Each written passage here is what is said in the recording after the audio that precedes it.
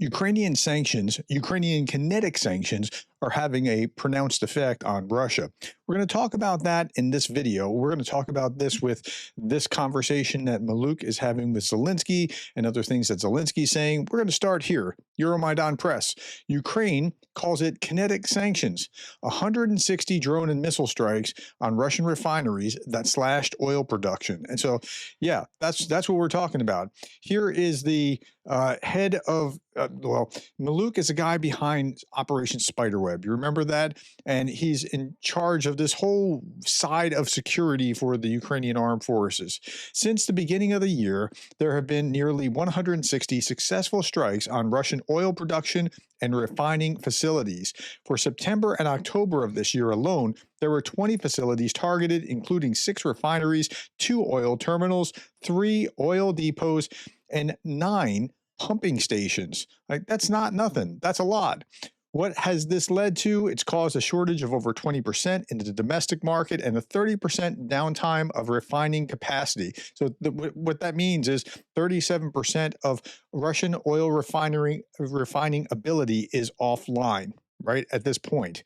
Okay, that's how you translate the 30% downtime, as well as the fuel shortages in 57 regions of Russia and a ban on gasoline exports until the end of this year. Now, that ban on gasoline exports isn't new. They've done this before, but they did it earlier, and it's more pronounced this year.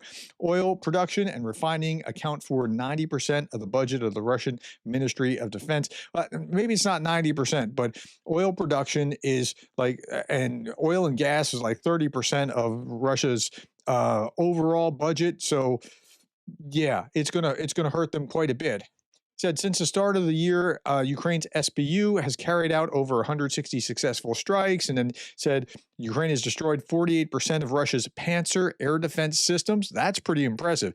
It's also ironic that they're destroying these Panzer air defense systems largely with drones, which is what the air defense is like. Aren't you supposed to be able to pick that up?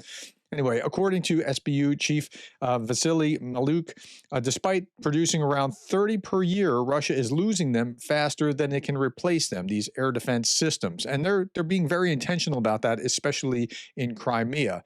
Now, Zelensky was talking about how 25 manufacturers are working to enable the Russians to produce Orishnik missiles. I want you to hear what he actually has to say here. This is really interesting. Here's the fuller story. It's voiced over by Greg Terry. About the Orishnik. They have strong capability. They have 3 shots. And it's not a secret, right? That's the Orishnik. Oh, Mr. President, by the way, we've never mentioned this before, but briefly, I can confirm that one of the 3 Oreshnik systems was successfully destroyed on Russian territory at the Kapustin Yar by the forces of the GUR and the SBU. Now, I hadn't heard about that before, but that's good to know. One of only a very few. Well, this is important, especially for the future. It was a successful mission, and at that time, we did not say any words about it, and now time has passed and we can talk about it. Yeah, so we don't always hear about everything right away. Sometimes they wait to leak things until a later time, or let things out until a later time, and sometimes they hold the cards close to their chest. So they've already used one's been destroyed, and by the way, they may have 1, 2, or 3 shots left, but we believe that this year they didn't achieve what they were planning. Now, remember, Orishnik were supposed to be this uber weapon that they would just rain down on Kyiv. And again, it does a lot of damage. It really does. But they would just rain it down on Kyiv and, make them knuckle under. If you listen to propagandists like Solovyov, they talk about this regularly. 4, which is the production of up to 6 per year. And it's important for our colleagues worldwide. We can look at the maps. They're deploying the Oreshnik in Belarus. Okay, so they can only produce up to about 6 a year. That's important. And they put them in Belarus. Why? Because you can't really attack it there in Belarus. So that's kind of a clever strategy on Putin's part. And we understand that the Oreshnik has approximately a radius of 5,000 kilometers. Mm-hmm. And there is a dead zone of the launch of about 700 kilometers. Europeans and those in Eastern Europe, our Baltic friends, and everyone else needs to be aware of the risk because we're provoked to destroy them. Well, hold on. Sense. Let me finish, and then you can ask your questions. Listen, it's important to mention about the Oreshnik system so we don't forget. This is crucial. We have a list that we're sharing with our friends. It's vital that everyone supports us with this information. There are 25 Russian manufacturers producing. And that's what I was talking about here with the 25 manufacturers. Wait, here. Where is it? Here, 25 manufacturers working to enable the production of the Oreshnik, and they are not under sanctions. Isn't that fascinating? They're not under sanctions. Okay, let's keep moving on.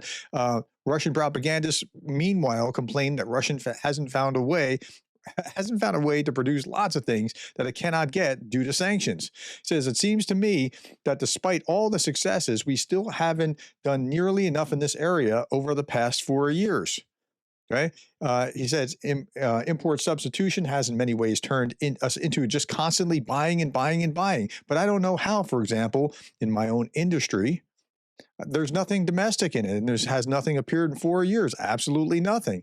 And he's talking about how maybe money should be invested in our own science. Yeah, because the Russians aren't actually building and developing and growing. They're just destroying things in Ukraine and buying stuff in order to destroy things in Ukraine. All right, Zelensky was talking about what they're going to be doing, and a number of you have been asking me about, well, what about Ukraine's missiles? Okay, Ukraine's forces will soon carry out long-range strikes on targets inside Russia. We've identified the objects together with the heads of the SBU, that's who was just talking, Malik, earlier, and foreign intelligence. They said Ukraine's Flamingo missile has been used in real operations 9 times and is now considered the best in Ukraine's arsenal. The next step is being prepared, launching domestic ballistic missile production. Okay. The trick is they only have so many of these, and they can't put them together so fast enough. But they are good. They just haven't been used a lot because they don't have very many. Okay, Zelensky also says that Putin is welcome to visit Pokrovsk. Remember, Putin was saying the other day, how about a ceasefire? Let's have a ceasefire for a few hours and let journalists see what it's like in Pokrovsk. Okay, yeah. He says Putin is welcome to visit Pokrovsk, but everyone knows how that would end. He confirmed no Ukrainian encirclement there, though the battle is fierce. The battle really is fierce. It's a very a hard-fought area right now, and it probably will be overwhelmed in time. I don't know how much time it is, because again, last August, not this past August, but the August before that, I was worried about it, and they're still holding. So I'm not sure how much longer they can hold. I'll show you something tomorrow more about Pokrovsk. So if you're not already subscribed, please consider subscribing. He has also said that Ukraine has also already destroyed 1 Oreshnik missile system, as we just heard, 2 remain with up to 6 launchers possible from Belarus. Okay, speaking of Belarus, Lukashenko is once again threatening Europe, claiming the Oreshnik missile system will be combat ready in Belarus by December. Wait a minute, didn't they get Oreshniks like half a year ago? But it's taken this long. If things go bad, we'll sit down with Putin and strike. He's always talking this tough stuff. Here's some more talking tough. You know how the weather balloons were going into Lithuania? He insisted it was Lithuanians launching the balloons and it was shutting down the airport, Vilnius, and that sort of thing. Well, he says the Americans sent them a letter, and he says that the Belarusians were to blame for this happening. Both the authorities and Lukashenko must immediately apologize to Lithuania and publicly for this. Well, I say blank you and so on. Well, again, he's just running his laps being a tough guy. And yeah, I mean, as long as he's got Putin backing him, he feels pretty tough. Meanwhile, U.S. troop presence in Bulgaria, Hungary, and Slovakia starting next month following a Romanian drawdown. I think this is a bad policy for the U.S. to be moving those forces, but I'm not sure if they're moving those forces because it's anything related to what's going on, or if it's part of a broader plan because of keeping your eye on China. Okay, Americans and Russians are on the side of peace, says Viktor Orban. Ukrainians do not want to make peace. no, Ukrainians do want to make peace. It's the Russians that don't seem to want to do it. He says they have lost 20 to 22% of their territory and cannot come to terms with it. Therefore, they prefer to continue the war. Europeans, on the other hand, are financing this war, although it's quite obvious that it has no solution and it will not lead to a stable position on the front line. Further war will lead to a kind of frozen front line where the hostilities will continue constantly, and disputes around the front line could drag on for or drag one or another European state into the conflict. We are in a very dangerous situation. Situation's more dangerous without a unified European front, and you're kind of the proximal cause of that danger there. So that's a big problem. Okay, now, meanwhile, what's going on in China? China is secretly supplying millions of drone engines to the Russian military. Well, how is that going on? Dual use. Russian companies have been purchasing millions of Chinese-made engines and components for drones later used against Ukraine. In 2024 alone, Russia bought over 3.3 million motors from the company Shenzhen Kiosk Electronic, with Moscow-based LLC Ruscat listed as the recipient. These motors are classified as dual-use goods. They can be used in consumer products like washing machines or scooters, but Russia installs them into combat drones, and that's one of the ways that they're just buying rather than actually building, like the propagandist was talking about earlier.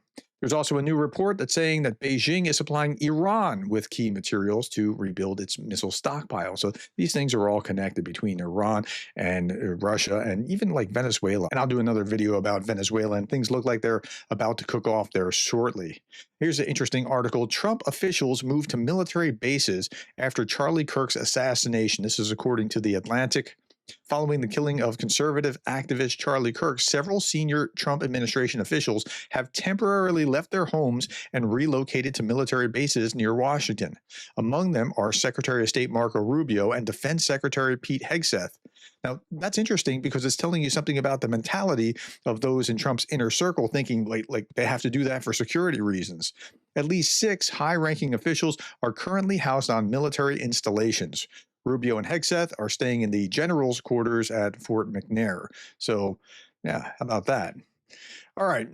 Yesterday, I was talking about this. Despite costly programs and intensified family values campaign, Russia women aren't having more children. That's been a problem for some time, but they're actually down to negative 3.4% as a birth rate this year. And that's going to be problematic. The way they'll solve that is by accumulating people that are their neighbors and making them into Russians and educating them, brainwashing them into being that. Now, the 2026 budget, Russia plans to spend 100 billion rubles on prostheses for people with disabilities. That's a lot of prostheses. You didn't see this so much. Like, if you look, it's reasonably flat. The lines are reasonably flat through about 2022. Well, through 2021. 2022, it starts going way up. And yeah, that's what's happened there. Okay, last little bit from Darth Putin. If Ukraine hasn't killed or injured that many Russian soldiers, and we are recruiting 30,000 a month, someone needs to explain why, after 3.5 years, there are not now 2 million soldiers in Ukraine, because we don't even claim that. Right. There's 1 million off the battlefield, and that's why you don't have north of 2 million right now, because, well, they became casualties. Maybe the concept of maths is imperialist. He says here. I think, Darth Putin is so clever with these kind of concepts, and this is right. Tell me what you thought about this. By the way, today is Friday the 31st. Tomorrow is Saturday, November 1st. It is also the day that we're going to be doing our Patreon board meeting. So if you are a Patreon board member, I will see you tomorrow at 10 a.m. Eastern Standard Time. Thank you for the time, the likes, the shares, and the subscribes. And thank you for being the kind of person who cares about Ukraine.